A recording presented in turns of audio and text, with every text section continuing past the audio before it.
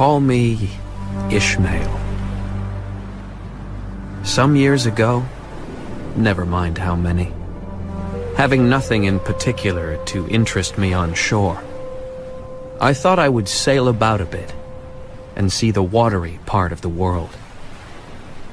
Whenever it is a damp, drizzly November in my soul, whenever I find myself pausing before coffin warehouses and bringing up the rear of every funeral I meet, and especially when my devils get such an upper hand that it requires a strong moral principle to prevent me from stepping into the street and knocking people's hats off, then I account it high time to get to sea. I suppose you are landsmen of weekdays pent up in lath and plaster, tied to counters, nailed to benches, clinched to desks. I reckon if you but knew it, most of you cherish the same feelings towards the ocean. So it was one freezing Saturday night in December that I arrived on the island of Nantucket, a shirt or two in a carpet bag, my only luggage. I sounded my pocket and came up with so little that I walked waterwards, where the establishments become smaller and cheaper, until I came across a dim-lit, palsied old house, whose sign had a poverty-stricken sort of creak to it. It read, "The Spouter Inn, Proprietor, Peter Coffin." The Grampus has just come in after 4 years at sea. Not a bed unoccupied. Oh, well, is... Unless you had no objection to sharing a harpooner's blanket, have you? I suppose you are going a whaling, so you'd better get used to that sort of thing. Well, I don't like to sleep two in a bed, and if I ever do, I like to choose my companion myself. Keep that door shut, shipmate! Turn us all to icicles. Well, I suppose I might put up with half of any decent man's blanket. Is he here? He ain't here now. He's out a peddling tonight. And I don't see what on earth's keeping him so late. Maybe he can't sell his head. Can't sell his head? You're telling me that this man is peddling his head around town? Yeah, and I told him he wouldn't sell it. The market is overstocked. Ain't there just too many heads in the world? Well, I've no notion of sleeping with a madman, and you, Mr. Coffin, trying to make me do so, render yourself liable to criminal prosecution. Yeah, well, be easy there. This here harpooner has just arrived from the South Seas, where he bought up a lot of embalmed New Zealand heads. And he sold all of them but one. And that one he's trying to sell tonight, 'cause tomorrow is Sunday. And it wouldn't do to be selling human heads about the streets when folks is going to church. Look now, it's after 12. 'Tis Sunday. I reckon he's come to anchor. You won't see him tonight. But sometime later, as I lay under the counterpane in that freezing room, the door opened and a figure came in. I resolved to feign sleep, but when he turned towards me, I nearly sang out. Such a face he had. In the candlelight, it was of a dark, purplish yellow, stuck over with large, blackish squares. And as he undressed, I saw that his chest and arms and legs were covered over with the same dark squares, and the only hair on his head was a small knot twisted up on his forehead. He took out a tomahawk, and before I could shout, he stuffed it with tobacco and lit it, before climbing into bed, on top of me. Who the devil you? Speak out, dummy, or I kill ye. Landlord! For God's sake, Peter Coffin! Peter Coffin, help! Speaky! Help! Speaky! Tell me who you be. What on earth is the matter? I can't sleep here. Oh, I understand. Don't you be afraid now. Queequeg here wouldn't harm a hair in your head. Turn flukes again and go to sleep. Queequeg, look here. You sabby me, I sabby you. This man sleeps here, you sabby? I sabi plenty. Tell him to stash his tomahawk there or his pipe or whatever it is. I don't fancy a man smoking in bed with me. I ain't insured. There. I finish. Get into bed. Thank you. I wish both of you gentlemen good night.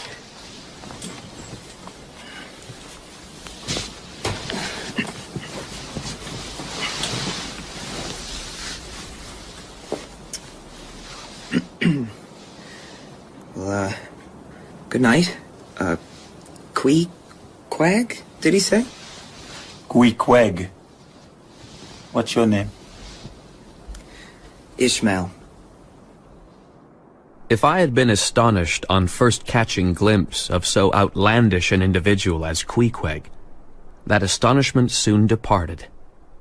He was the son of a chief who had run away to sea, wanting to learn from Christian whalemen, until he saw that Christians were, on the whole, both more miserable and more wicked than all his father's heathens.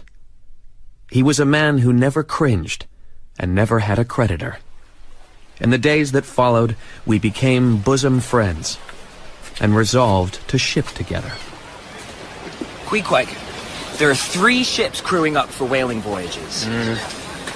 This one here, the Titbit. Over there, the black one, Devil Dam. Or there, the Pequod. You may have seen many a quaint craft in your day, for aught I know. But take my word for it, you never saw such a rare old craft as the Pequod.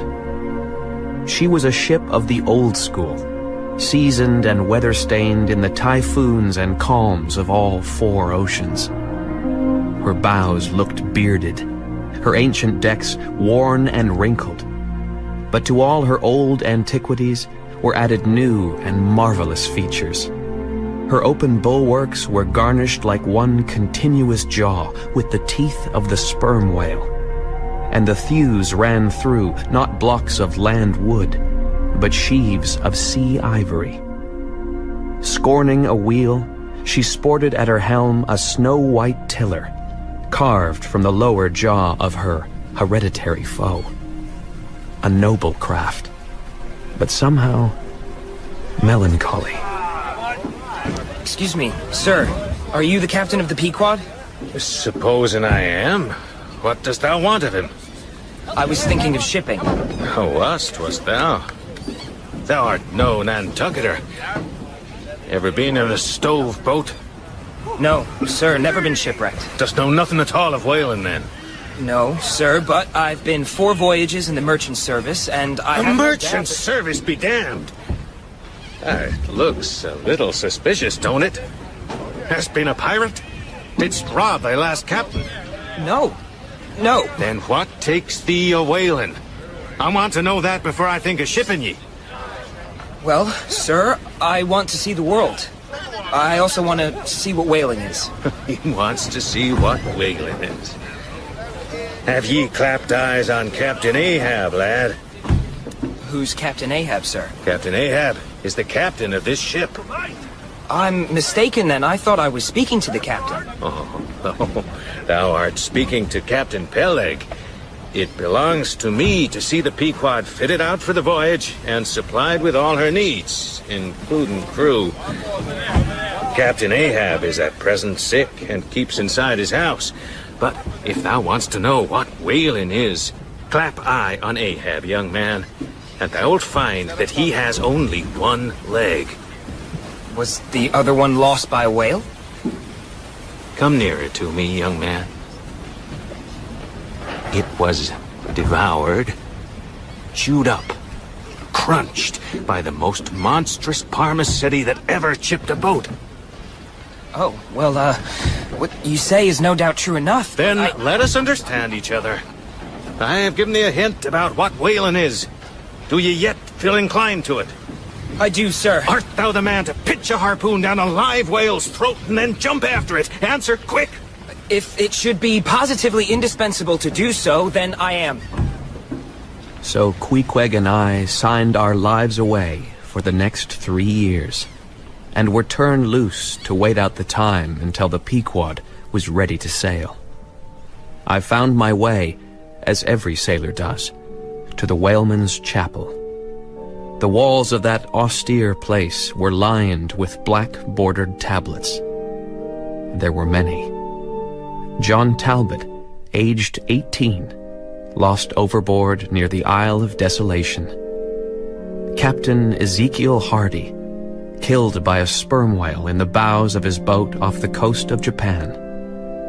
Others were lost at sea, still more presumed drowned, and all in the loneliest, most far-flung corners of the globe. Well, I never saw two steaks disappear so fast. More, gentlemen? Aye, more. I tell you, Queequeg, reading those tablets in church this morning made me shiver. I said to myself, Ishmael, that same fate may be thine. What of it? Yes, indeed. What of it? We'll make a whale man of you yet. Have another drink. In fact, I suppose whaling offers excellent chances for promotion. How so, Ishmael? Well, a stove boat would make us immortals. Immortals? Yes. We would be gods. But the next morning, I felt more a ghost than a god. Before dawn, Queequeg and I shouldered our bags and left the inn for the last time. Fog shrouded the island. The town was silent and deserted. And yet, as we arrived at the harbor, I thought I saw 4 or 5 shadowy figures dart through the mist towards our ship. Did you see that, Queequeg? Over there. No, no one there. Too early, Ishmael. You're right. My eyes deceive me in this mist. Avast, shipmate! Have you shipped in that ship? Have you signed on to her? You mean the Pequod? What of it? Anything down there about your soul? What? Or perhaps you haven't got any. No matter. I know many chaps that haven't. They're all the better for it. A soul's a sort of fifth wheel to a wagon, ain't it? What are you jabbering about? You haven't seen him yet, have you? Old Ahab? Captain Ahab, I mean? You haven't seen him? No, he's been sick, but we'll be all right again before long. Ha! All right, before long. Looky, Captain Ahab will be all right again when this stump of mine grows back and not before. You don't know about that thing that happened to him off Cape Horn when he was struck by lightning and lay like the dead for 3 days and nights? Nothing about the deadly scrimmage afore the altar in Santa? Nothing about the silver calabash he spat into? No, I didn't think you did. How could you? What this gibberish of yours is about, I don't know. And I don't much care. It is the easiest thing in the world for a man to look as if he had a great secret in him. Ah, well, you've shipped. Names down on papers. What's signed is signed, and what's to be will be, and then again, perhaps it won't be after all. He's cracked, Queequeg. Come on. Didn't you see anything that looked like men going towards the ship a while ago? I thought I did, but it was too dim to be sure. Very dim. Very dim. See if you can find him aboard, will you? Why? Morning, team. Morning, team. Oh, when you get there, tell him Elijah's decided not to make one of them. Enough talk. We go. Come, Ishmael. When we boarded the Pequod, it was as silent as the grave. Not a soul to be seen. The figures I saw must have been phantoms of the fog and my imagination. It was another hour before the crew began to come aboard, red-eyed and stinking from the night before. Who be ye, boys? Shipmen. I'm Ishmael. This is Queequeg. Aye, you'll be the harpooner I've heard tell on. Who be you? Archie. When does she sail? Today, I suppose. The captain came aboard last night. What captain? Ahab. Who but him indeed? Aye, aye. We'll be off by the noontide. That's Starbuck. A lively first mate, that. A good man and pious. All alive now! Ye sons of bachelors! Man the capstan, damn ye! And that's Stubb, not so pious. Spring there! Aft here! Look lively, man! Is that the way they heave in the merchant service? All left! Spring, green pants! What's your name? Ishmael, sir. Well, Ishmael, clap onto that shroud. You're not here for your health. And so, on a short, cold Christmas day, we glided into the wintry ocean, whose freezing spray cased us in ice, as in a glassy armor. I scrubbed decks and hauled on shrouds and climbed the masts. I was part of the machinery of the ship, but I had no say in its fate. The driving force of this story, the hand at its tiller, was not mine. I was a cog, a watcher, a listener, but of no more consequence to that world than a seaborne ghost. Archie, tell me, what are the mates like? Well, you've heard him shout. Starbuck is a good man. Quaker, Nantucket born. Says he'll have no man in his boat who ain't afraid of a whale. And you, Queequeg, you're his harpooner. You'll be right enough with him. He's no crusader after perils. And the others? Second mate, Mr. Stubb. He's all right. More bark than bite. He's been whaling for 30 years or more. For him, the prow of a whaleboat is like an easy chair. His harpooner is Tash Tago from Gay Head. His ancestors hunted the moose, now he hunts the whale. Third mate, the little fair-headed mannequin, is called Flask. His harpooner is Dagu, the big fella. Another heathen like Queequeg here, only from Africa someplace. There don't seem to be many Americans in the crew, as opposed to officers, I mean. No, I think you're the only one. Well, I suppose Tash Tago is an American. In fact, more of an American than you'll ever be. But the crew? No, the crew are islanders mostly. Take me. I'm from the Isle of Man. And take Queequeg here. He's from... Where is it you're from, shipmate? Kokovoko. 'Tis an island, I imagine. Best island in the world. Then there's those from Canaria, the Azores, of course, and Malta, and Sicily. Even Tash Tago is from Martha's Vineyard, what's an island. Just you, then, from a big, massy continent. You and Dagu. I'm from Manhattan, Archie. That's an island, too. Aye, there you are, then. And Stubb. He's from Cape Cod. But that is all but surrounded by the Atlantic Sea, like a head by air. What's that? It's him. Captain Ahab. Does he go abroad only at night? Did they tell you that leg of his is carved from whale ivory, from the jawbone of a spermaceti? The whale that took off his leg? Nay, that one yet lives. We saw a whale yesterday. Why didn't we chase him? That bowhead whale, Ishmael. Bowhead for children to catch. Or English. Oi. Spermaceti oil is worth 10 times what bowhead's oil's worth, and so it should be. For it's the difference between hunting a rabbit and hunting a lion. For the bowhead has no teeth, and he never took off no man's leg. Town Hall! Town Hall! There she blows! Where away? 3 points of the larboard beam. 3 miles. She blows! 8 bells! Raise topgallant! Raise topgallant! Send everybody aft, Mr. Starbuck. Captain Ahab, sir. There's a whale 3 miles distant. It is a finback. Bring everybody aft. Mastheads there, come down! Everybody aft! What's happening? Captain say, finback whale. Too fast. Can't catch him. What do you do when you see a sperm whale, men? Sing out for him. And what do you do next? Lower away and after him. And what tune is it you pull to, men? A dead whale or a stove boat?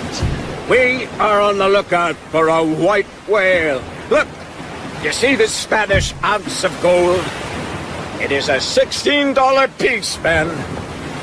Whosoever of ye raises me a white-headed whale with a wrinkled brow and a crooked jaw, whosoever of ye raises me that white-headed whale with 3 holes punctured in his starboard fluke, lucky.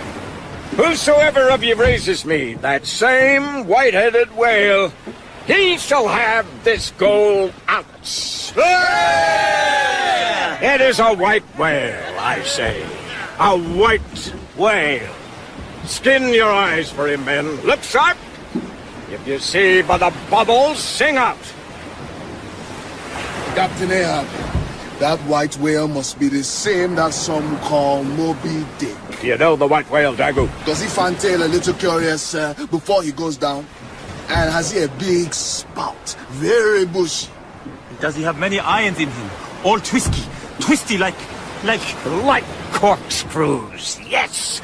Aye, Queequeg, the harpoons lie all twisted and wrenched in him. Aye, Dagu, his spout is a big one, like a bushel of wheat, and he fantails like a split jib in a squall.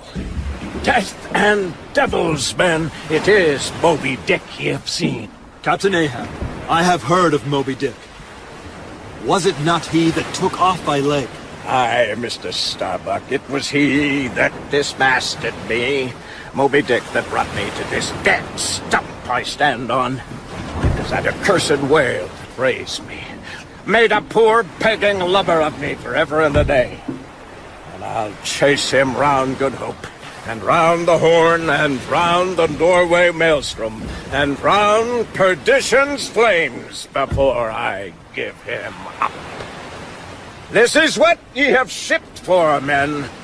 To chase that white whale until he spouts black blood and rolls fin out. What say ye, men? Will ye splice hands on it? I think ye do look brave. Aye! Aye! A sharp eye for the white whale. A sharp lance for Moby Dick! God bless ye, men. The measure, steward! The great measure of pride! That was my first sighting of Captain Ahab. I had heard of the livid white mark that streaked from the roots of his hair down his scorched face, and on, so they said, to the sole of his foot. And I had heard of his barbaric white leg, shining like a bleached skull. But there on the quarterdeck, with one arm hooked around the main shroud, his burning eyes raking the horizon, he looked like a figure petrified by fire, tempered into a blade, forged for a single purpose. Mr. Starbuck, what's this long face? Wilt thou not chase the white whale? Art not game for Moby Dick? I am game for his crooked jaw and for the jaws of death too, Captain Ahab. If it comes in the way of the business, we follow. But I came here to hunt whales, not my commander's vengeance. How many barrels will thy vengeance yield? It would not fetch much in our Nantucket market. Nantucket market. Let me tell thee, Starbuck, my vengeance will fetch me a great premium here. Vengeance on a dumb brute that simply smote thee from blindest instinct? To be enraged with a dumb thing, Captain, seems blasphemous. Talk not to me of blasphemy. I'd strike the sun if it insulted me. Look, man, are not the crew one and all with Ahab? Advance, ye mates! Hold up your lances before me.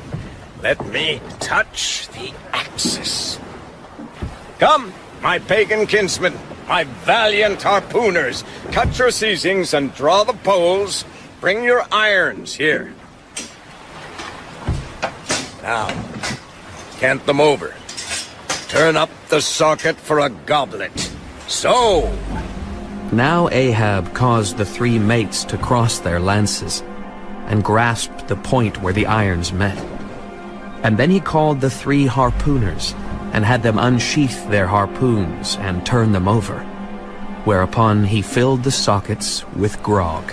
Now, 3 to 3 ye stand. Lift the murderous chalices.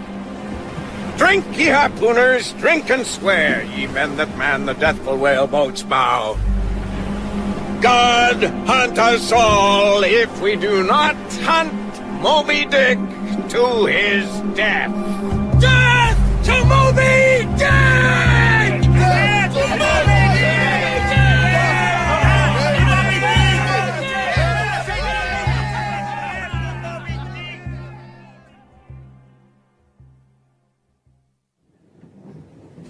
What think you of our captain's quest, Mr. Stubb? I don't think, Mr. Starbuck. I do as I am bidden. I tell you what I think. I am here to kill whales for my living, and not to be killed by them for theirs.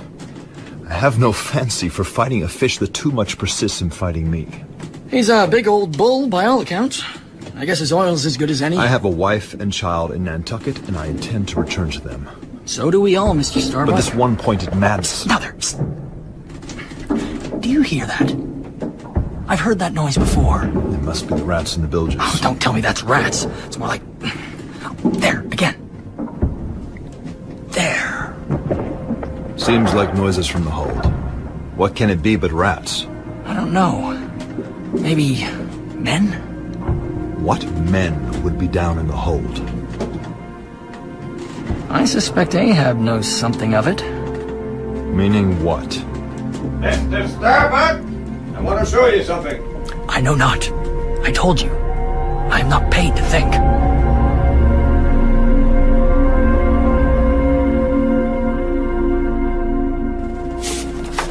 Our chart. I have plotted our course. We will soon round the Cape and head for the Seychelles ground. Then the Bay of Bengal. We should be here in time for the season on the line. But we do not wait. We head on to the Strait of Sunda and into the China Seas. What are these marks there?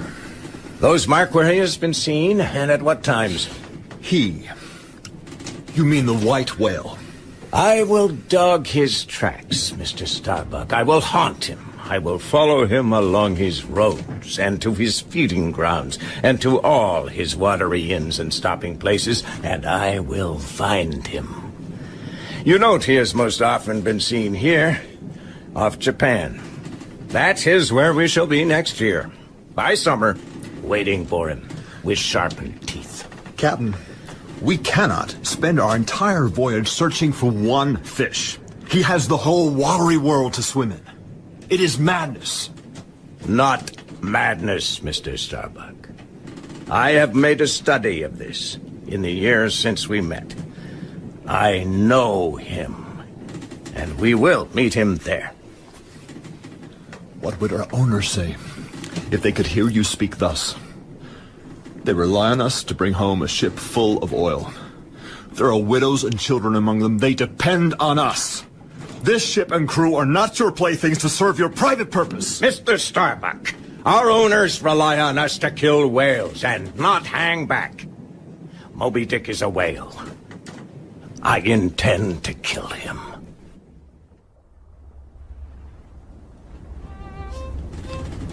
You see, boy, there are whales that bear malice, and there are whales that whalers do battle with from one year to the next and escape, that grow old and cunning as well as devilish. Archie, is that true? Him speak truth, Ishmael. Whalers no fish names. I fought New Zealand Tom. He fought whalers for 50 years. And Mokan, Lord of Japan, size of island and black like pitch. I got an iron in Timor Jack before he escaped. New Bedford whaler kill him, I heard. New Bedford. Only because he was old and sick. Surely a whale is but a big fish. A dumb thing. Maybe. But you stick your dart in a regular whale, he runs away from you in pain and terror, like you would if I stuck a dart in you. But Moby Dick, when stuck by desperate hunters, ran away as if in panic. then turned and bore down on them and stove their boats to splinters. And the captain seized up a knife and dashed at him like a duelist, and tried with a 6-inch blade to reach the fathom-deep life of the whale. That captain was Ahab. Then it was that Moby Dick reaped away Ahab's leg as a mower a blade of grass. That made him mad. He was a raving lunatic on the voyage home. Such strength in him still that the mates were forced to lace him fast in his hammock. Surely an accident of the chase, not evil design on the whale's part. I have seen whales crunch up a boat in their jaws, even turn and ram a ship with its brow, which is a great battering ram 10 feet high. But he's not truly white. I know whales are black. White as hill of salt. Aye, white. A huge old warrior whale with harpoons in him thrown by ancient men. I've seen whales whose flesh yielded up the strangest stone spearheads, buried deep and long heeled over. Where they were thrown, I could not say, nor when. 'Tis time to sleep. I cannot help but think of that ragged prophet on the wharf at Nantucket. Remember, Queequeg? That was madman. Captain want kill whale. I want kill whale. Don't care what color Ishmael. Black, white, is whale, all same.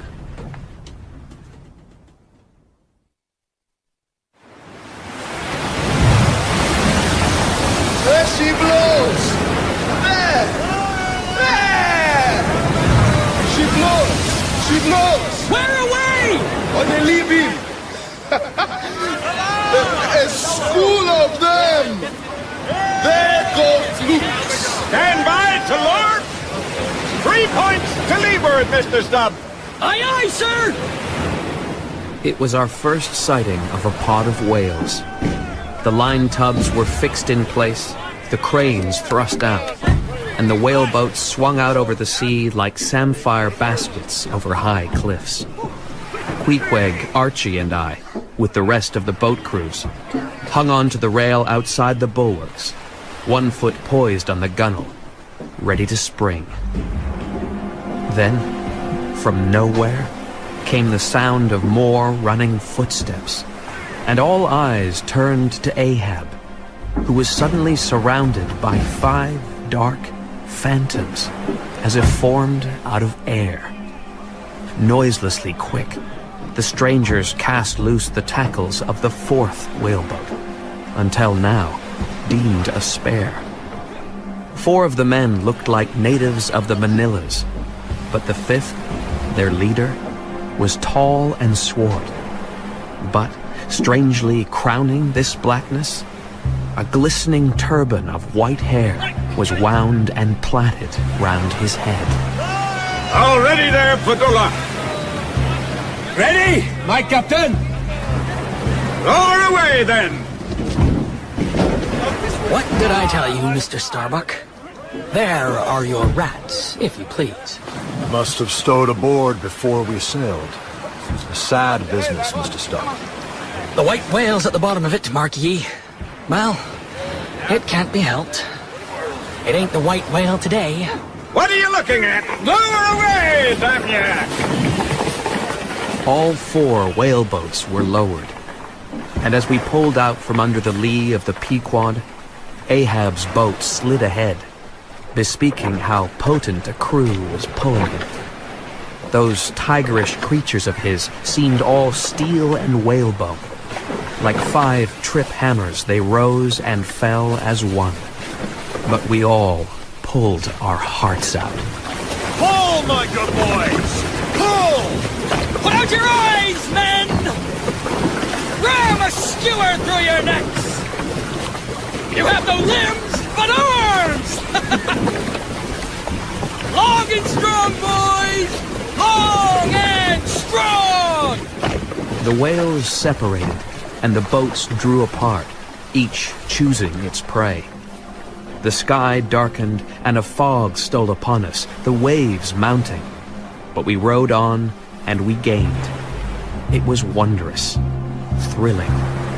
The raw recruit marching into the fever heat of battle cannot feel stranger or stronger emotions than the man who first finds himself pulling into the charmed, churned circle of the hunted whale. Pull, boys! Break your backs! Here we come! Quick, quick! Oar down! Harpoon ready! There! It felt as though the boat struck a ledge. Something rolled and tumbled like an earthquake beneath us. A wave swamped us. A gush of scalding, stinking vapor shot up nearby. And we were half suffocated as we were tossed helter-skelter into the white, curdling water.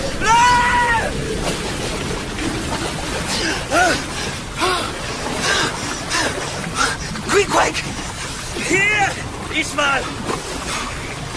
All right, men. We're all right.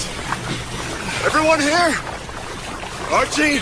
Aye, Captain. Quick! Yes. Ishmael? Aye, sir. Boat's all right. Just overturned. Sea's calm. We'll lash on. Ship will come along and pick us up. Never fear. Night fell. We clung to our upturned craft, but there was no sign of the ship. There is an intolerable loneliness to swimming in the ocean out of sight of land. And at night, it is like being suspended in space. Blackness above, blackness below. And in either blackness, who knows what?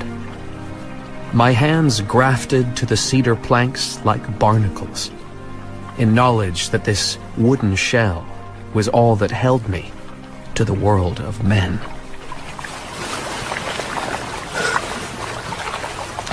Quick. Does this sort of thing happen often? What? Ending up in the water. Left. Like this. Oh, yes. Pretty often. You don't stay dry in the fishery, lad. They'll come. They need us. Need Quig's right arm. They'll find us.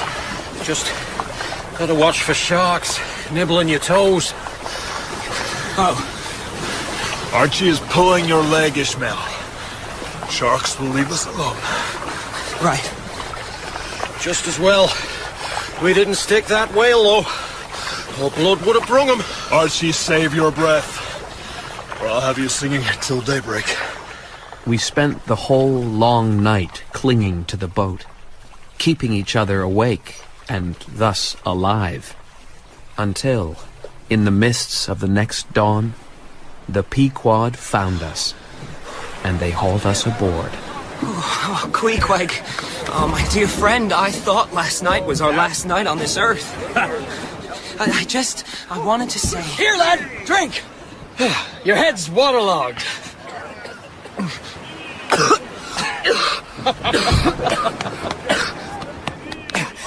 Mr. Stubb, I think I heard you say, of all the whalemen you ever met, Mr. Starbuck is by far the most careful.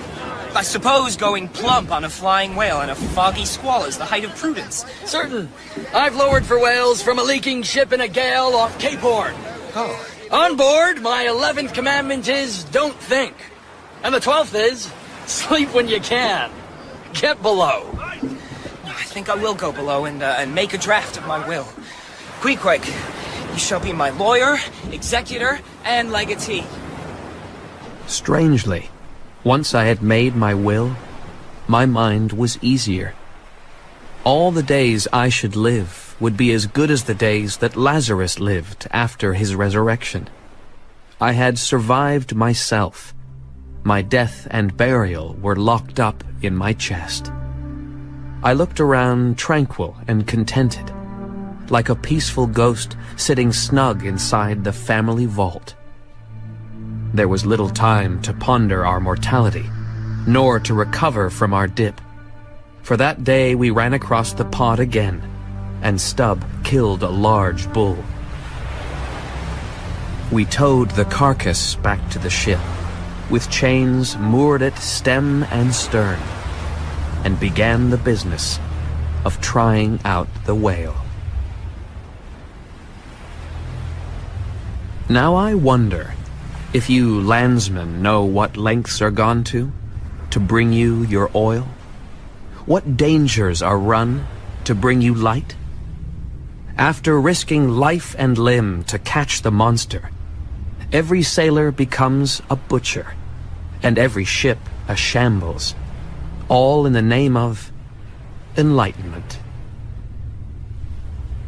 The fruits of the whale are, first, his skin or blubber, which is fastened onto with a giant hook and peeled off in a great spiralizing strip, much as you or I would peel an orange. All the while, hundreds of sharks snap at the remains, tearing chunks out of the whale, and chunks out of each other, and even, so voracious is their hunger, chunks out of themselves. The sea about the carcass is churned into a pink and boiling frenzy, and the men working on the whale do well to avoid slipping into it, else they would be scoured to the bone in minutes. This blubber is chopped into lumps, these lumps sliced up into pages, and the resulting fatty books are cooked in the great try-works amidships, until they give up their oil. The shreds of tried-out blubber dry to crisp pieces called fritters, which are used to feed the fire under the try-pots. So the whale consumes himself. He is boiled on a fire, fed with his own body. When the blubber has been stripped, a mate has then to perch on the slippery, peeled carcass and, with a spade, sever the body from its infinitely more valuable head, all the while being careful not to spill its precious contents, or chop off his own foot, or throw himself to the sharks. Then the head, all 20-odd feet of it, is hoisted even higher out of the water, and it cants the ship over with its weight, until the deck is an oaken hillside. The bluff-fronted head of the sperm whale is not full of brains, alas for it, and all to the good for you, but of the sweetest oil. The case alone, which is the tank in the upper part of its head, holds 500 gallons of precious spermaceti in its pure, limpid, violet-scented state. There are other marvelous parts to the whale, which all have their uses and wonders. There is white horse, from the tapering part of the fish, a dense mass of muscle that, cut in blocks, looks like Berkshire marble, and yet contains oil. There is plum pudding, pieces of flesh that here and there adhere to the blubber, like a golden cake studded with plums and rubies, crimson and purple. It is extremely hard to keep yourself from slipping behind the mainmast with a piece and tasting it. There is slobgollion, a mysterious, oozy, stringy substance that appears in tubs of cooled spermaceti, and which I take to be the ruptured pearlescent lining of the case. Then there are teeth, to be carved into scrimshander, and bones, to be made into legs and tillers, and nippers, rubbery wedges of the tail, wonderful for cleaning the decks. And, very occasionally, but only if you catch an old or blasted or dyspeptic whale, you might find, deep in its bowels, lumps of what looks like ripe, mottled cheese, of a color between yellow and ash. You might, thinking of where it has come from, and from the gray, waxy, lumpish look of it, want to leave it alone. But once you smell the intense, spicy perfume, and once you know that its value is a guinea an ounce to any Paris perfumer, why then you will seize up as much of this ambergris as you can possibly carry. But the bulk of the job you may well be thinking, of butchering the poor whale, is bloody and stinking and hellish, and you'd be right. Smoke from the try-pot smells like the left wing of the Day of Judgment. The fires burning night and day are as hot as Satan's hoof. The men stoking and stripping and slicing are matted devils begrimed with oil, blood, and soot.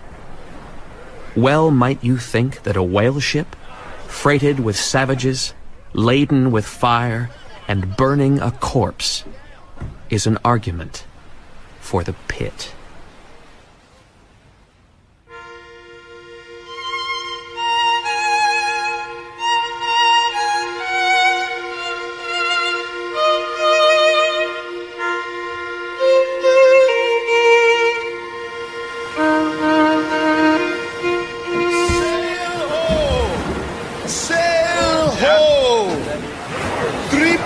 On the starboard bow and bringing down her breeze to us. It is the Jeroboam, out of Nantucket.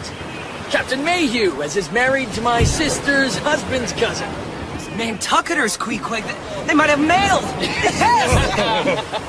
Mr. Stubb, who's standing next to the captain? I think that must be the fanatic. What fanatic? A Niskayuna Shaker that claims to be the Archangel Gabriel. What's he doing on a whaling ship? Lord alone knows. He's a heretic and an opium eater. Art thou coming aboard, Captain Mayhew? Thank you, I will not. We have a malignant fever aboard. Think of the fevers! Beware the horrible plague! Gabriel, please. Hast thou seen the white whale, Captain? The white whale? Aye, we have seen it, the more's a pity. Think of thy whaleboats! Stove sunk! Havoc! Havoc! This Gabriel was indeed Stubb's fanatic.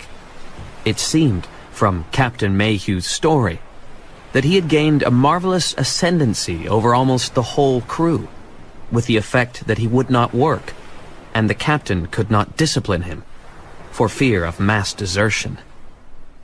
Gabriel conceived the notion that Moby Dick was no mere whale, but was his Shaker god incarnate, and warned the captain against attacking him. But their first mate, a man called Macy, was keen to be after him, and when they sighted the white whale a year later, he was in the bows, about to hurl his lance, when a broad white shadow rose from the sea. The whale flicked his tail, and the mate was smitten bodily out of the boat.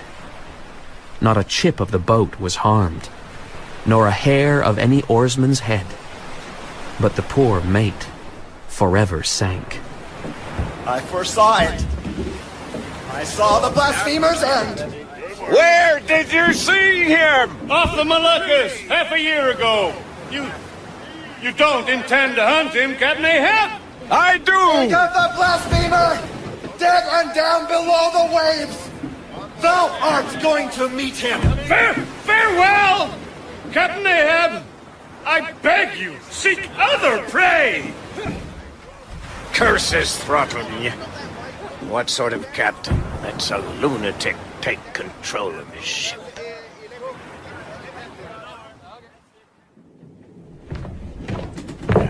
Captain Ahab. Huh? A moment. What is it, Mr. Starbuck? Art thou affrighted by the ravings of a madman? No, sir. I haven't had a chance to speak of this before. But the men noticed that Fadula and his crew did no work in trying out the whale. All the men were at it night and day save for them. It don't seem fair, sir. Is the ship short-handed, Mr. Starbuck? It ain't that, sir. But the men see them lounging on deck and doing nothing. It is bad for their morale. We have a full crew to man this ship. We do not need more men. Then why are they here? They eat the same food. They walk the same boards and... They have no stake in the getting of oil.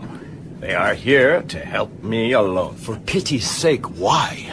You once said that this ship and its crew were not my private playthings. These men are. Great God! The white whale has turned your reason. Hark ye yet, Starbuck. Hark ye. If thou requirest a little lower layer, all worldly objects are pasteboard masks. But in each, some unknown but reasoning thing puts forth the molding of its features from behind the mask. To me, the whale has shown its face. He tasks me. He heaps me. I see in him outrageous strength with inscrutable malice sinewing it. That inscrutable thing is chiefly what I hate. And I will wreak that hate upon him. Captain, you talk as though the whale were the devil himself. It was happen chance what took your leg off. And you talk like a godless man, Mr. Starbuck. Have you never seen the devil show his face? You are too subtle for me. Will you tell your boat crew to do whalers' work? Enough! Begone, Starbuck. What would the owners say to this? Let the owners stand on Nantucket Beach and out-yell the typhoons. The only real owner of anything is its commander. Captain Ahab, a better man than me might well pass over in thee what he would resent in a younger man. I and a happier one. Dost thou so much as dare to critically think of me? On deck! Nay, sir, I do dare, but to say to thee... Maybe this will temper your daring. Captain! I always keep it loaded, Mr. Starbuck. Remember this. There is one God that is Lord over the earth, and one captain that is Lord over the Pequod. Sir, I ask thee not to beware of Starbuck. Thou wouldst but laugh. But let Ahab beware of Ahab. Beware of thyself, old man.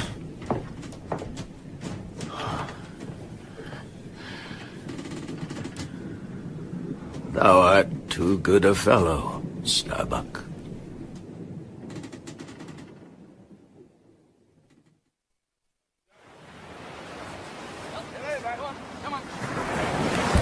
So, Ishmael, there is the Indian Ocean ahead of us, and the sun behind us.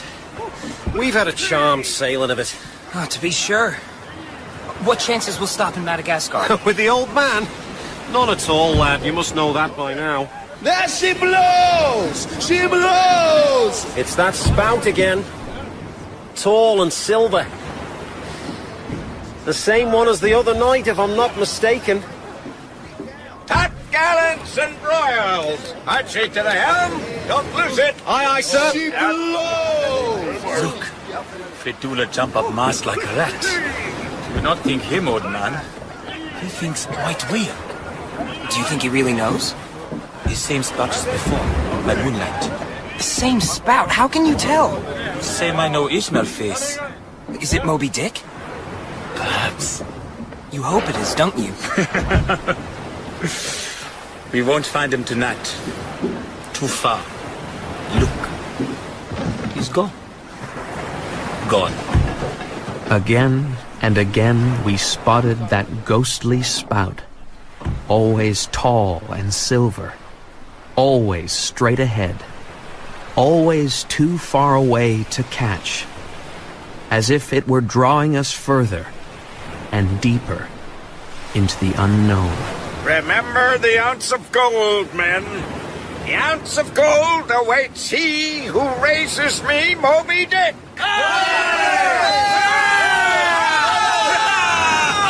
What say ye, men? Are ye brave? Aye! What is your oath? God keep me. God keep us all. Death to Moby Dick. I, Ishmael, was one of that crew. My shouts went up with the rest. My oath welded with theirs. And the stronger I shouted, and the more did I clinch my oath, because of the dread in my soul. We of the Pequod girdled the earth. We crossed the Atlantic, then the Indian Ocean. We sailed past the Philippines, swept the coast of Japan, trawling the great sperm whale cruising grounds of the world, before sailing down to the line in the Pacific, where, among far-flung archipelagos and endless horizons, Ahab counted on finding his foe. With constant pacing, his ivory toe pitted the deck, and he had the carpenter cut him a stopping hole at his favored spot, where he would come to anchor, his eye sweeping the horizon. And his shadow, Fedullah, likewise stalked the deck, avoided by all, as though he carried a plague. Captain, what ails thee? Thou art white under thy scorched cheek. Despite the sun, I feel the cold. Fedullah, last night I had that dream again. The two hearses, one following the other. Have I not said, old man, that neither hearse nor coffin can be thine? Before thou couldst die on this voyage, thou must see two hearses on the water. The first, not made by mortal hands, the second built of American oak.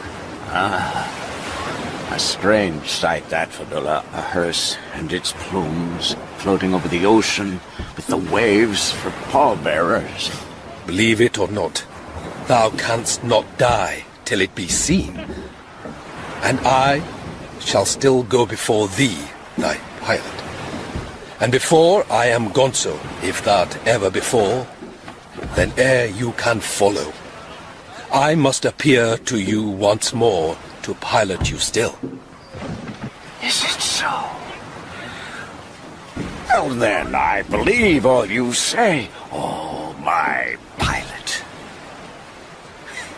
I have here two pledges that I shall yet slay Moby Dick and survive it. Take another pledge, old man.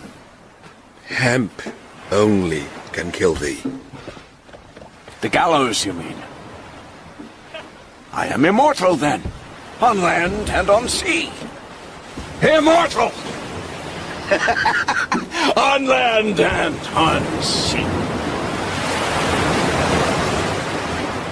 Deep in the vastnesses of the Pacific, you go for months without sight of land. One day merges into another.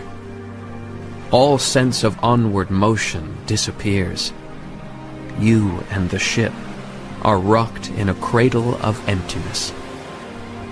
A burnished sky, a gilded sea, the round horizon bounding all.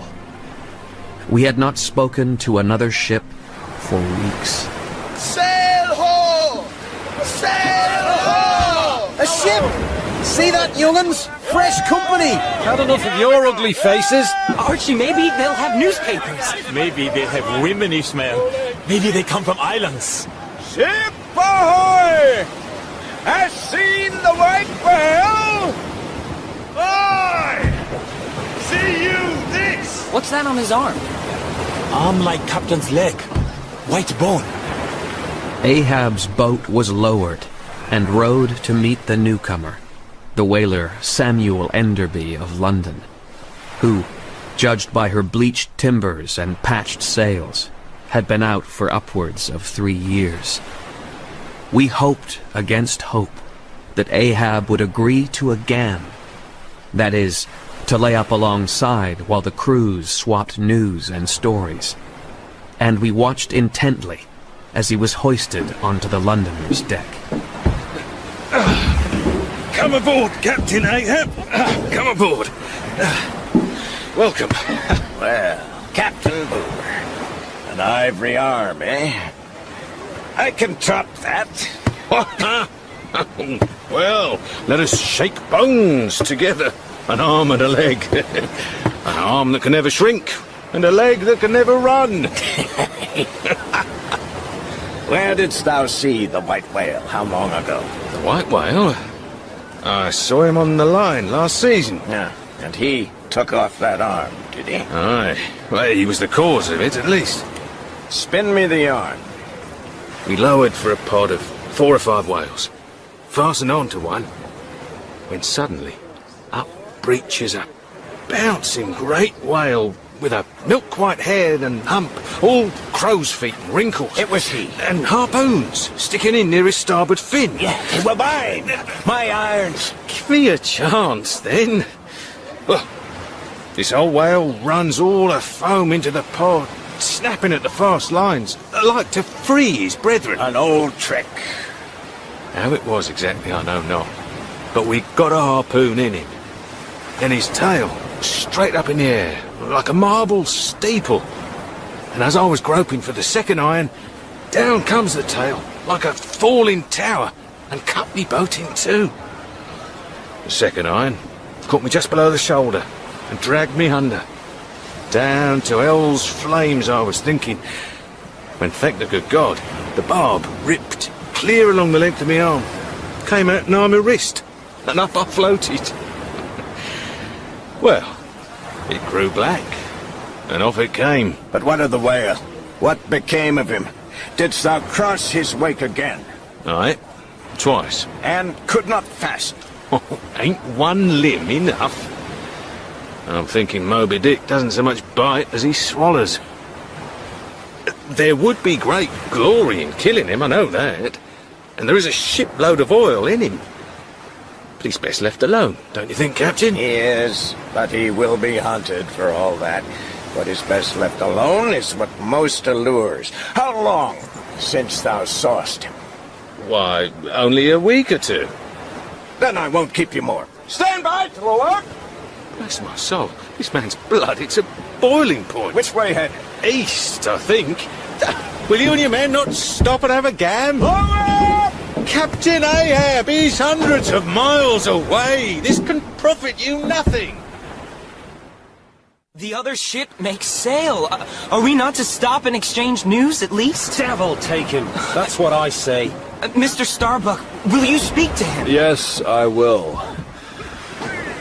The devil has already taken him. Up, help! Stand by to make sail. Captain Ahab, the men deserve a gam. They have not seen another ship for months. Let us stop a while. What time is it? It lacks 5 minutes of noon. Give me my quadrant. They have seen Moby Dick. Is that it? Silence! Let me see. The sun is hot today. Thou tellst me truly where I am. Ahab took his sighting of the sun with the quadrant, and as was his wont, scribbled the calculations on his ivory leg. But canst thou cast the least hint where I shall be? Canst thou tell me where is Moby Dick? This instant thou must be eyeing him. No? Thou art mute? Foolish toy! Curse thee! No longer will I guide my earthly way by thee! And in front of the clustered crew, Ahab hurled his quadrant to the deck and trampled it to pieces with his living and dead feet. I trample thee, and thus! God, Queequeg! Look at the face of Fedullah. There's a look of triumph if ever I saw one. Why he do that? Our captain has lost his reason. What are you gawking at? We have the compass, we have the log and line. To the braces! Up, helm, square it!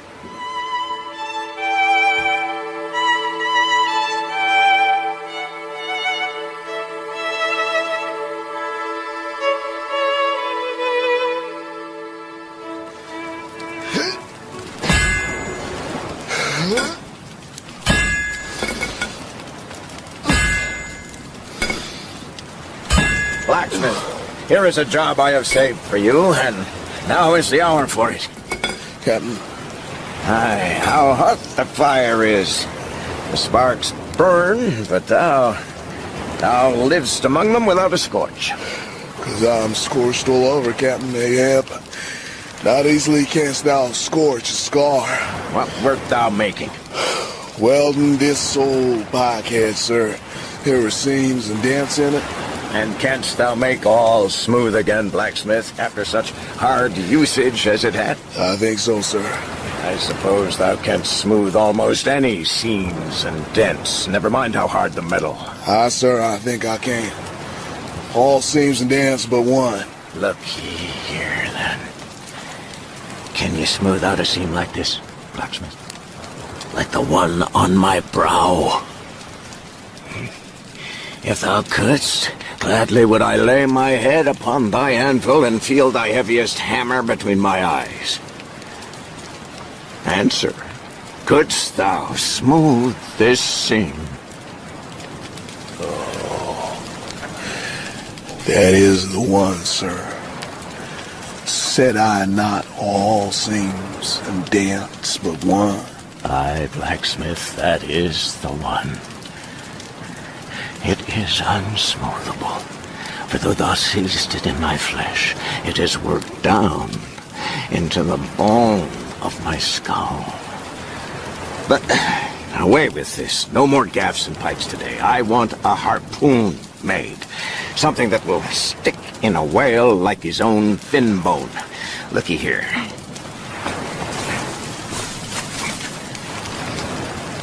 Here are the gathered nail subs of the shoes of bracing horses. Thou hast here, then, some of the best and stubbornest stuff we blacksmiths ever worked. I know it. These stubs will weld together like glue from the melted bones of murderers. Captain Ahab, may I speak to you? Now wait, Mr. Starbuck, I am engaged on important business here. But Captain...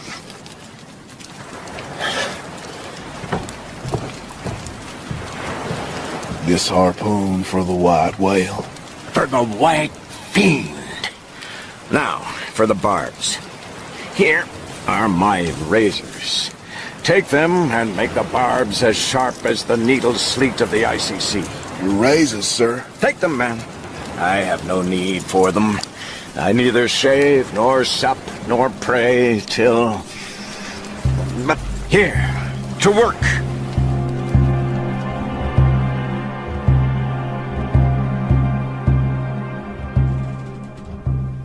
Close the door, Mr. Stubb. This is only for your ears. Mr. Starbuck, what say you? You saw the captain smash his quadrant in a rage. Aye. Think you that was the action of a sane man? Ahab is Ahab. He is lord of his ship. Captain is lord of his ship when he is led by godly reason. When he hides a boat crew in the hold for his own desperate designs, he puts his judgment into question. When he rants and raves about the White Fiend, I fear for the lives of the crew. When he calls for men's blood to temper his barb, then for God's sake, I say he is mad. He is a danger to himself and to all in this ship. What is your meaning? I put to you that we, the mates, should take charge of this ship. On what grounds? On grounds of insanity. His obsession has overpowered him. It will end by overpowering us all. Dangerous talk, Mr. Starbuck. That is mutiny. What sort of captain smashes his instrument of navigation? He has his ways, we all know that. His ways, aye. His ways are the ways of fire, all aflame with furious life, but I have seen it wane of late, Stubb, and it will wane at last, down to dumbest dust. Of all this tormented life, what will remain but one little heap of ashes? Aye, but sea coal ashes, mind that, Mr. Starbuck. Sea coal, not your common charcoal. You are prepared to follow him? Even to the depths of the ocean. I was at the helm once, when I heard him mutter. Someone thrust these cards into my hands, swears that I must play them and no others. And damn me, but he acts right, Mr. Starbuck. Live in the game and die in it. Live in the game and die in it.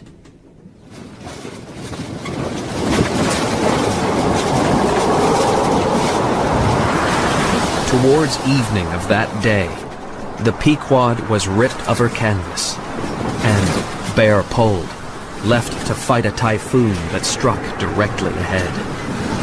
It burst out of a polished sky like an exploding bomb upon a dazed and sleepy town. When darkness fell, sky and sea roared and split with thunder and blazed with lightning.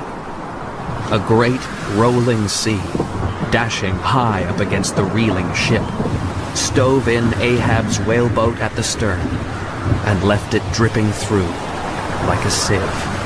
Stop! Markest thou that the gale comes from the eastward? The very course Ahab is to run for Moby Dick. What of it? The gale that hammers us to stave us, we can turn into a fair wind that will drive us home. What is there is some... Heave to! Brace chopper up, damn you! Captain, the band is working loose. We must send down the main topsail yards. Strike nothing! In God's name, sir, we will lose the mast! None but cowards send down their brain trucks in tempest time. Jesus, Mary, and Joseph! Look aloft! The mastheads! St. Elmo's fire! Have mercy on us all! My God! Awake up, you lad! Aye, men, look up! And we looked up, and were transfixed by the pale flames shooting from each masthead, like 3 gigantic wax tapers before an altar. The men stood on the forecastle, eyes gleaming in the pale phosphorescence. The parted mouth of Dagu revealed his shark-white teeth, which glowed strangely, and Queequeg's tattooing burned like satanic blue flames on his body. Stranger still, Ahab's harpoon, lashed in the bows of the shattered whaleboat, now spouted a tongue of forked, pale fire. The white flame but marks the way to the white whale! God is against thee, old man. 'Tis an ill voyage, ill begun, ill continued. Let me square the yards while we may, and make a fair wind of it homewards. The terrified crew ran to obey Starbuck, but Ahab seized his flaming harpoon and brandished it at the fleeing men. Stand back! I will transfix with this harpoon the first man to cast loose a rope's end. Looky here. Thus, I put out your last fear. And with one blast of his breath, Ahab extinguished the unearthly flames. Oh, Queequeg, what sorcery is this? Hush! A miracle! And almost at once, the tempest dropped, as if it too was in awe of Ahab.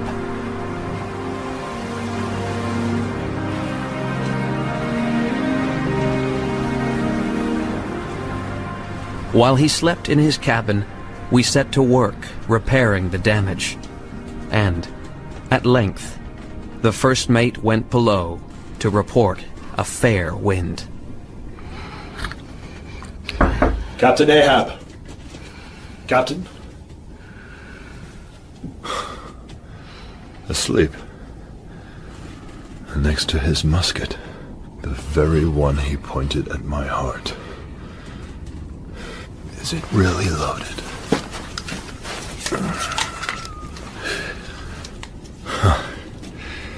And powder in the pan. Shall I spill it? Oh, I come to report a fair wind to him, but how fair? Fair for Moby Dick, fair for this man here who would fain kill all his crew. Shall this crazed man be suffered to drag a whole ship's company to doom with him? It would make him a murderer of 30 men. But if he were this instant put aside, that crime would not be his.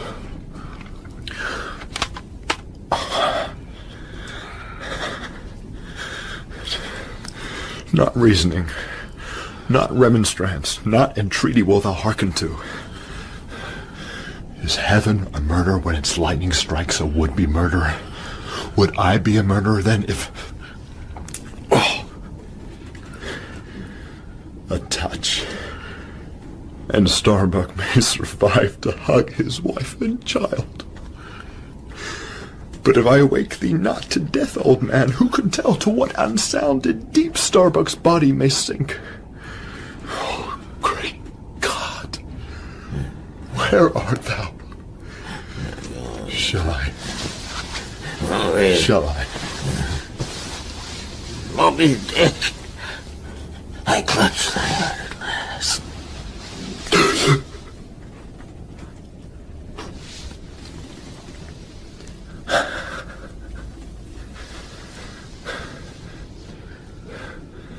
The wind has gone down and shifted. Fore and main topsails are reefed and set. A better man than I might have killed thee, sir.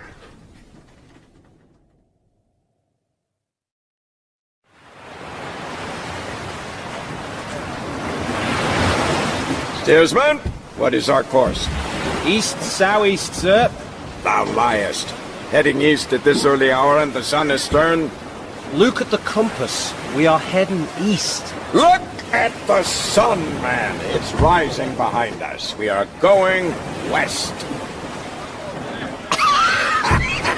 I have it. The thunder has turned our compasses. And thou hast heard of such a thing, eh, Starbuck? Aye, but never seen it. About helm! Bear up into the wind. West is east and east-west. That is all you need to know. Now, after so long and wide a cruise, Ahab seemed to have chased his foe into an ocean fold. Yet even as Ahab's piercing eye awed the crew and cast them into a constant gloom, the eye of Fedullah awed him.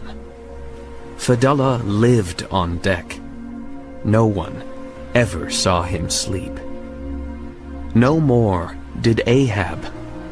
He kept the quarterdeck. The clothes the night's dew had wet, the next day's sun dried upon him. He ate a few mouthfuls where he stood. His beard grew long and tangled. But though the two men's watch was as constant, they did not speak, but gazed upon each other, as if, in Fedullah, Ahab saw his forethrown shadow, and in Ahab, Fedullah his abandoned substance.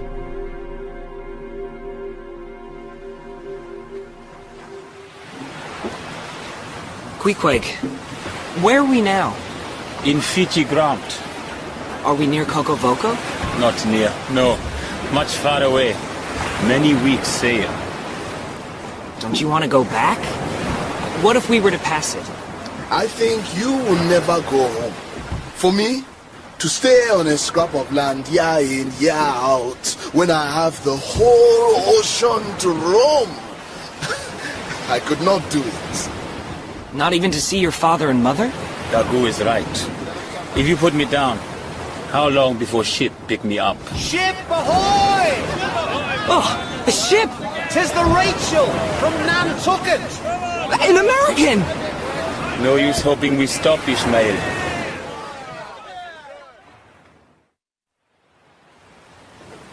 Captain Gardner. Captain Ahab, hast thou seen a whaleboat adrift? No, we have seen no boat. Has seen the white whale. Aye, yesterday. Tell me, how was it? Our boats were all engaged when the white hump of Moby Dick loomed out of blue water, and our fourth whaleboat lowered in chase. It fastened, then vanished. I beg you, Captain, will you join in the search? My son is among them, a boy of 12 years.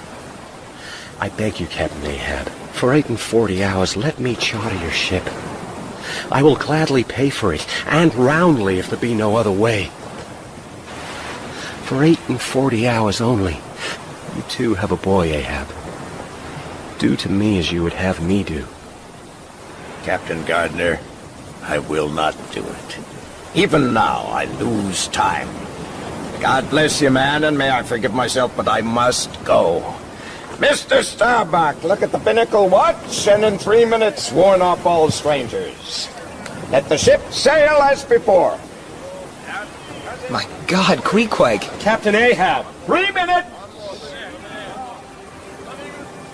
The dawn after our sad encounter with the Rachel brought as perfect a day as the very first morning.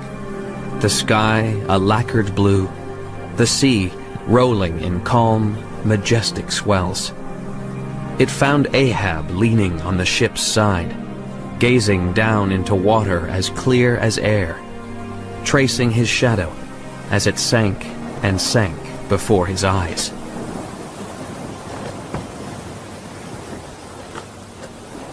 Sir, a fine day.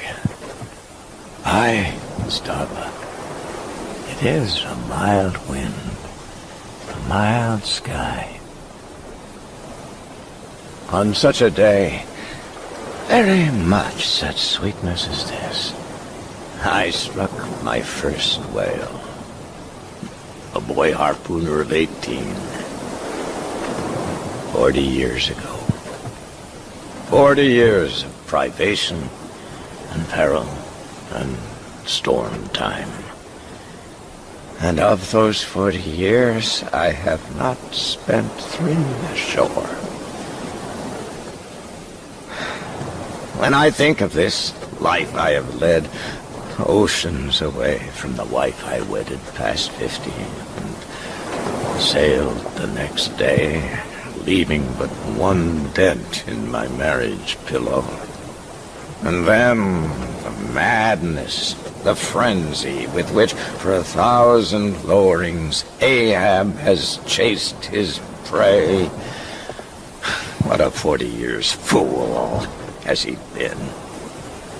I am so weary.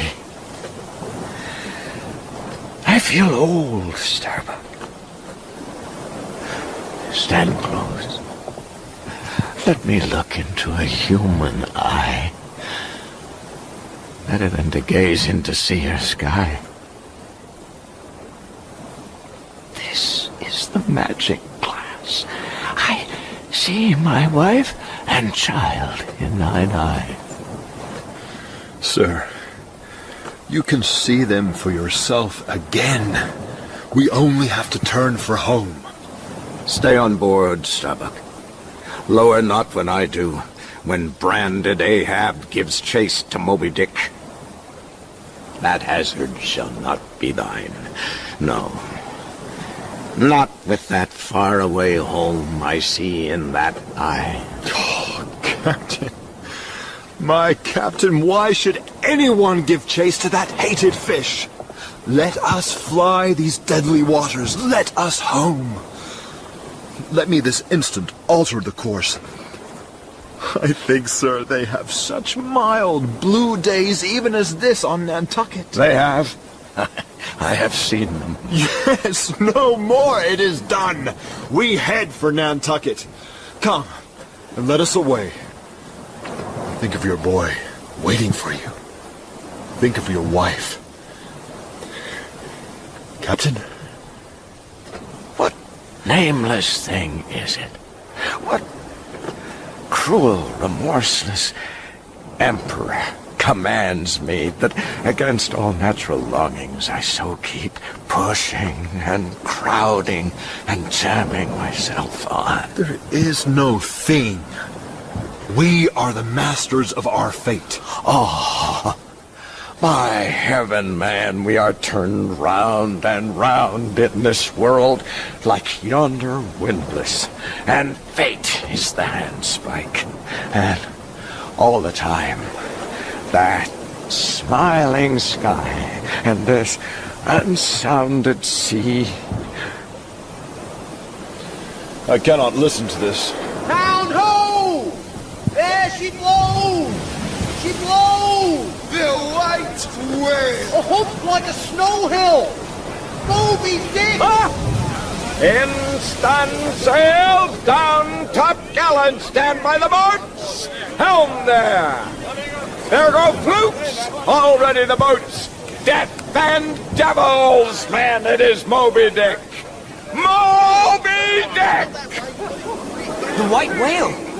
Is it really him, at last? Now you will see a chase. Quick! Ishmael! We keep the ship. We do not lower. Mr. Starbuck, why? It is the captain's wish. What are you lumbering about for? We do not lower, Archie. We keep the ship. Did we do wrong? No, Ishmael. Archie, take the helm. Stand by to square in the yards. Like noiseless Nautilus shells, the 3 other boats lowered, and their prows sped leeward, Ahab's heading the onset. As they neared the whale, the ocean grew still more smooth, seemed drawing a silk carpet over its waves. At length, the dazzling white hump was visible, and the broad, milky forehead broke the water into a musical rippling. Then, still far from the boats, he leapt from the water, his whole marble body for an instant forming a high arch, like a bridge over the infinite horizon. Moby Dick waved his bannered flukes, sounded, and went out of sight. He's gone. We wait. The birds! Look at the birds! The white birds were flying to Ahab's boat, where they wheeled, screaming, with joyous, expectant cries. Ahab could see nothing. But, as he peered into the depths, he saw a white spot no bigger than a weasel, rising, rising, and magnifying as it rose, until it turned, and there were 2 crooked rows of teeth. Moby Dick's open mouth and scrolled jaw, his vast bulk still blending with the blue of the sea. The glittering mouth yawned beneath the boat like an open-doored marble tomb. Fedullah! The harpoon! Grasp your oars! Stand by to stern! As if anticipating this, Moby Dick turned on his back, took the bows of the boat full within his mouth, and shook the cedar craft as a cat her mouse. The pearl-white, bluish jaw was inches from Ahab's head where he clung in the bows, and he, furious and frenzied, seized the great jaw in his hands, as if he could wrench his boat free. Instead, the jaws snapped shut and bit the whaleboat completely in 2.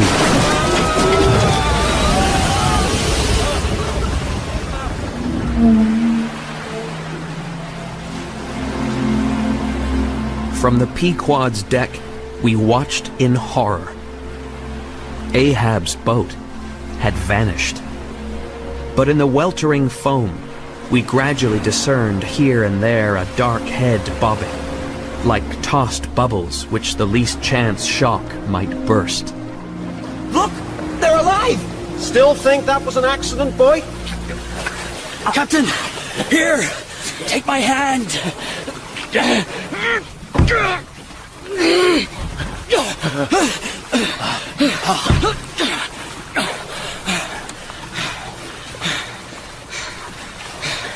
The harpoon. Is it safe? Aye, sir. It was not darted. Lay it before me. Any missing men? 1, 2, 3, 4, 5. There were 5 oars, sir. And here are 5 men. That's good. Help me, man. I wish to stand. I see him. Going to leeward still. What a leaping spout! Hands off! The eternal sap runs up in Ahab's bones again. Set the sail! Out, oars! The helm! But even with double-banked oars, Moby Dick was too swift, and at length the whaleboats returned to the ship.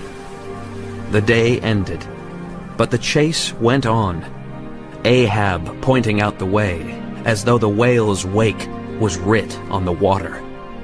All night we crowded sail, and the ship carved a furrow in the sea surface.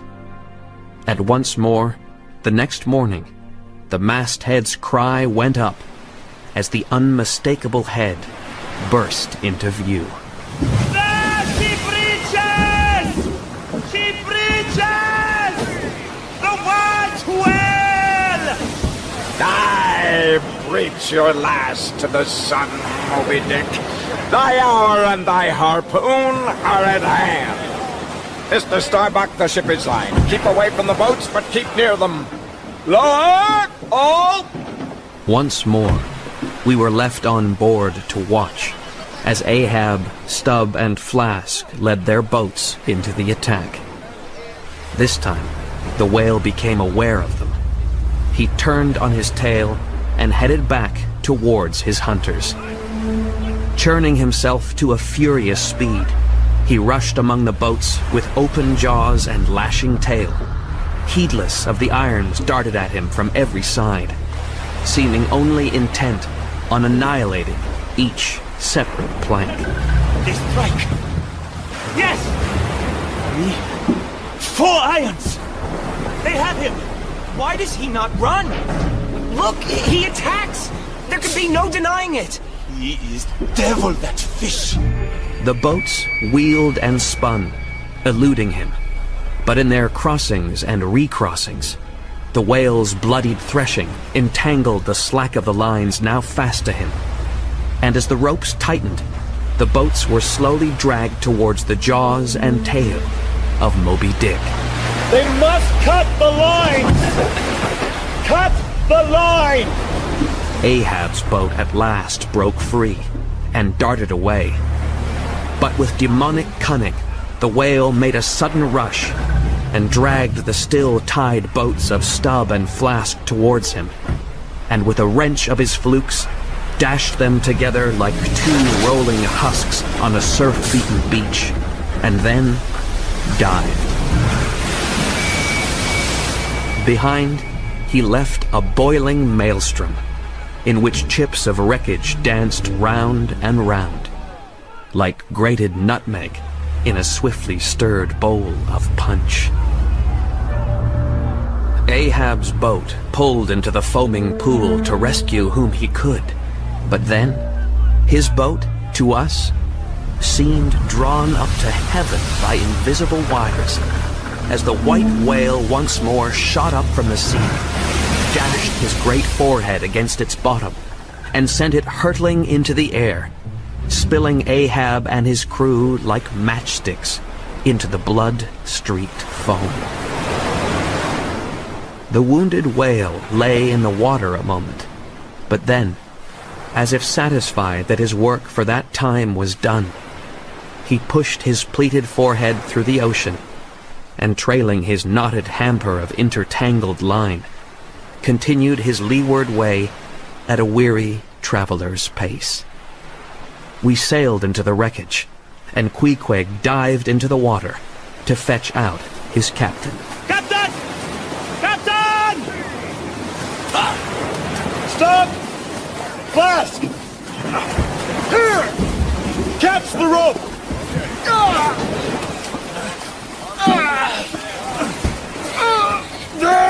Up you come! Take my hand! Steward! Hard grog and towels! Mr. Stubb, take this! Are you hurt? Nay, lad. 'Tis fish blood. Where is the captain? Here! Mr. Starbuck! He cannot stand. Your leg! But a splinter! Here, lean on me. Starbuck, 'Tis sweet to lean sometimes. Thank you, Queequeg. He has dismasted me. Yeah.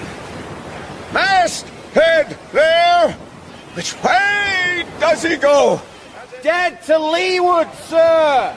Up helm then and pile on the sail. Where is he? Hold me up, man. Where is Fadula? He must have been caught in your line, sir. Not gone. My pilot. Not gone. I caught among the tangles of your line. I thought I saw him dragging under. The harpoon, too? Did you see it? No. No, fool. This hand did dart it. 'Tis in the fish. Aloft there! Keep him nailed! All hands to rig the spare boats!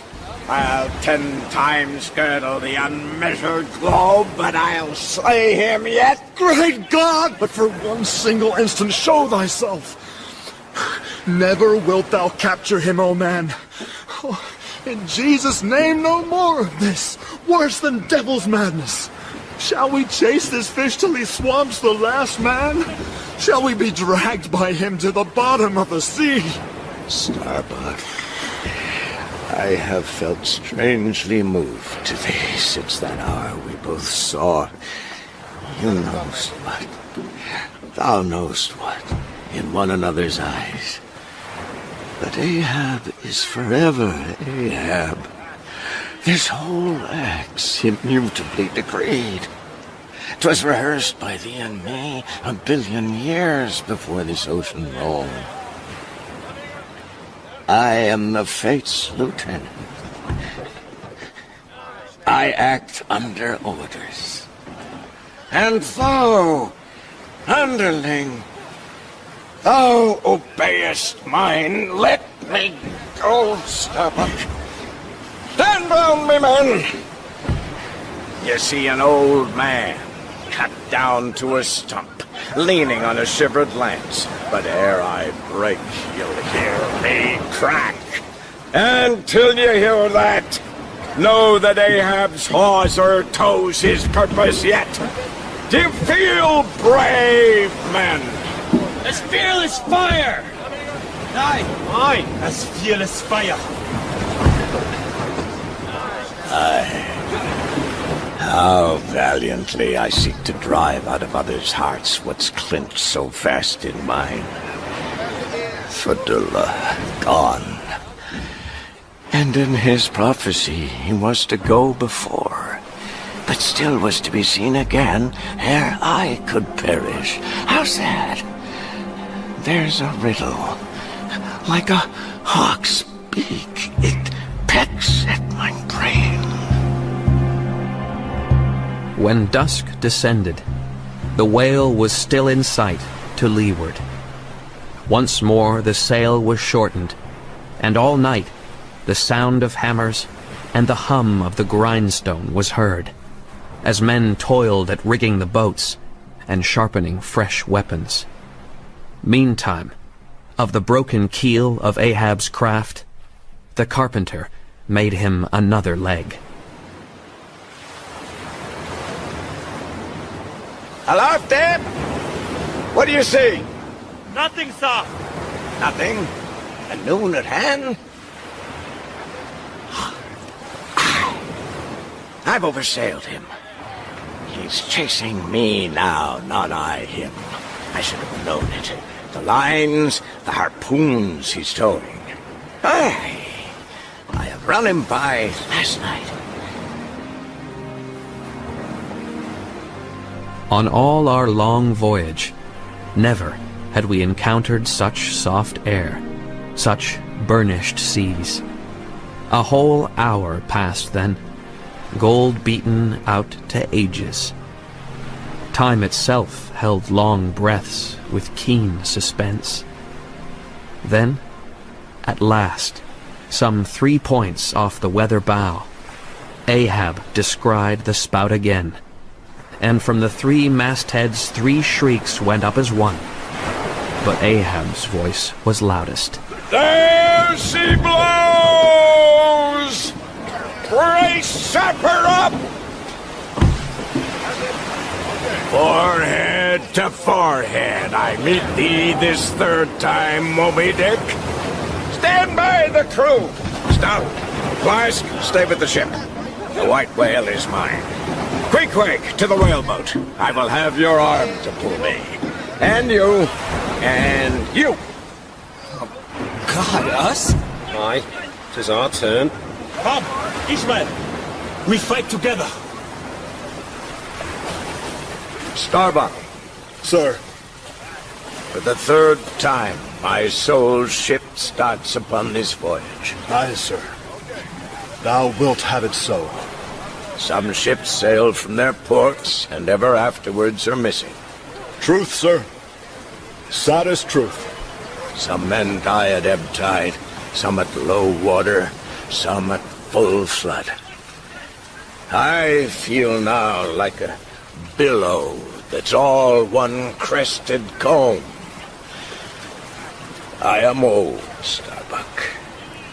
Shake hands with me. Forward! Captain! My captain! Go not! Go not! Hold then! Break your backs! This time we have him! He sounds! Hold up! Archie, take the helm. Let me pass. I will dot the iron, Queequeg. Look. The water. The white whale. He comes.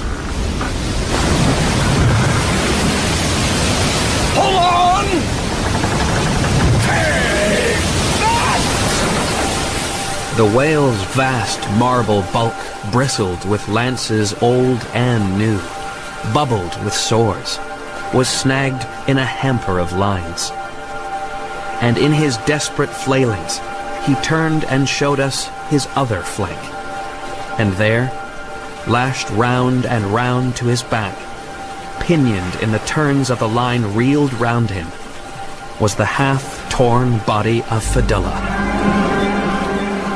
His clothing frayed to shreds, his distended, milky eyes turned full upon Ahab. Oh, God! Jesus, Mary, and Joseph! Befooled! Befooled! Aye, Fedullah, I see thee again. Aye, thou goest before. And this, then, is the hearse that thou didst promise. But I hold thee to the last letter of thy word. Where is the second hearse? We cannot fight this fish! He is a tomb! Where is he gone? There. He swam to ship. I'll have him yet! Pull! Crack your spines! He goes for the ship! Ahoy! Ahoy there! Perhaps the whale saw in the Pequod the source of all his pain and persecution. Perhaps he thought it a nobler foe. I know not. But turning from the whaleboat, he bore down upon it now, churning himself to a great speed. From the ship's bows, the crew stared as the white, pleated forehead grew nearer and nearer. Retribution, swift vengeance, eternal malice were in his whole aspect, and the solid buttress of his faceless head smote the ship's starboard bow.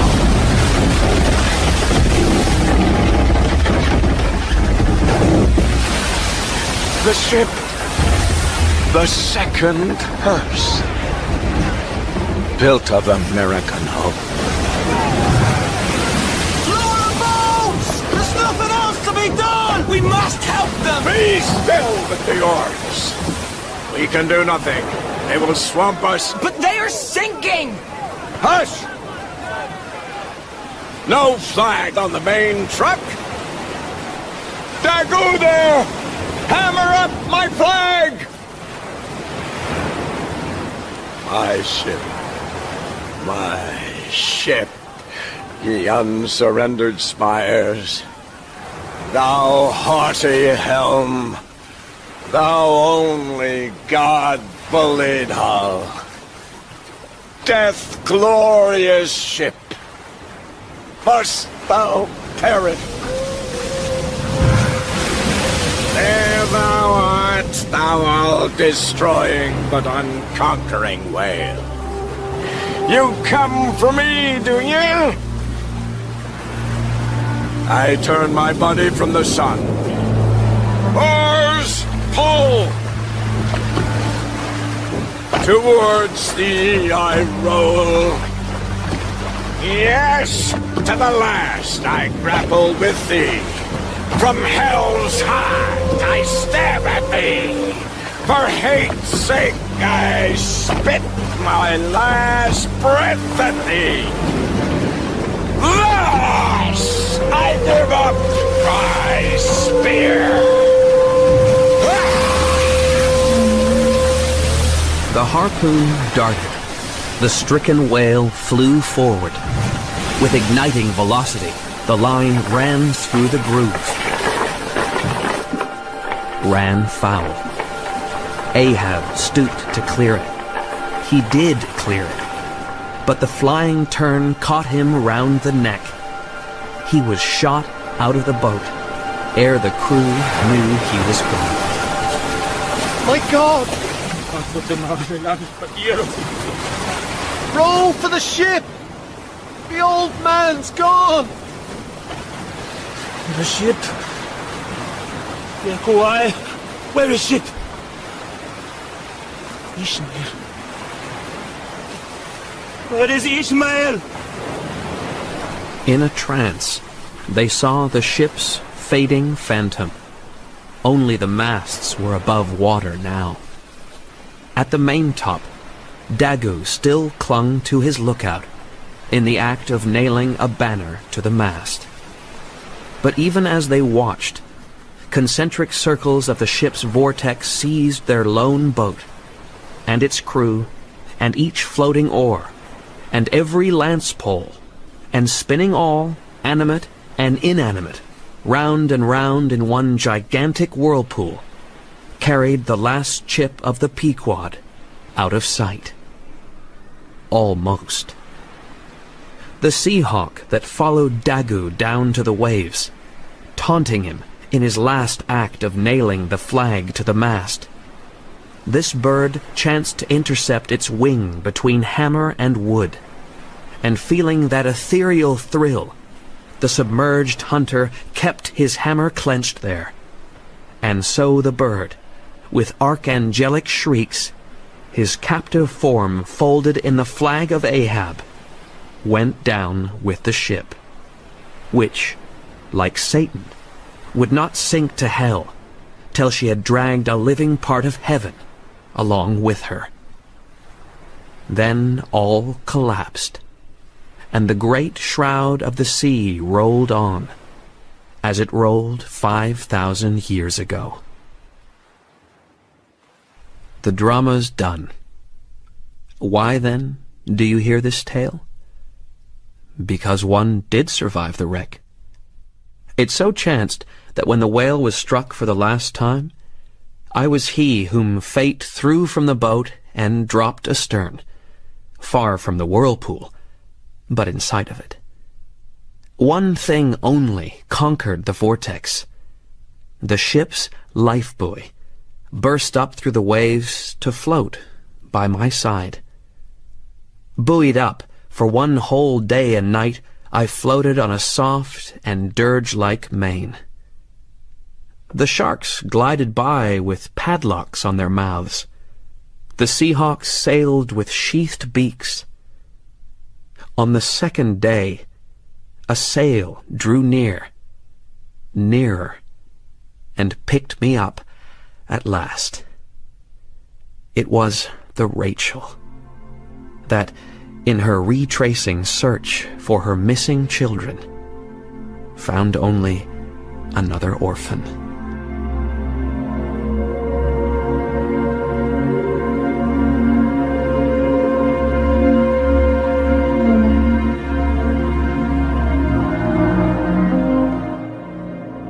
Ahab was played by Garrick Hagan, older Ishmael by Trevor White, and young Ishmael by P.J. Brennan.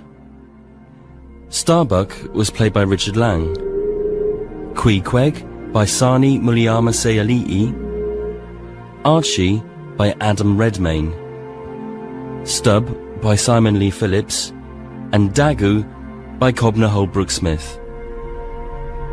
Captain Boomer was played by Mark Meadows. Peter Coffin was played by Howell Evans, Captain Peleg by Mark Meadows, and Elijah by Dorian Thomas. Other parts were played by members of the cast. The music was composed by Stuart Gordon. Moby Dick by Herman Melville was adapted for radio by Steph Penny. It was a BBC Cymru Wales production, directed by Kate McCall.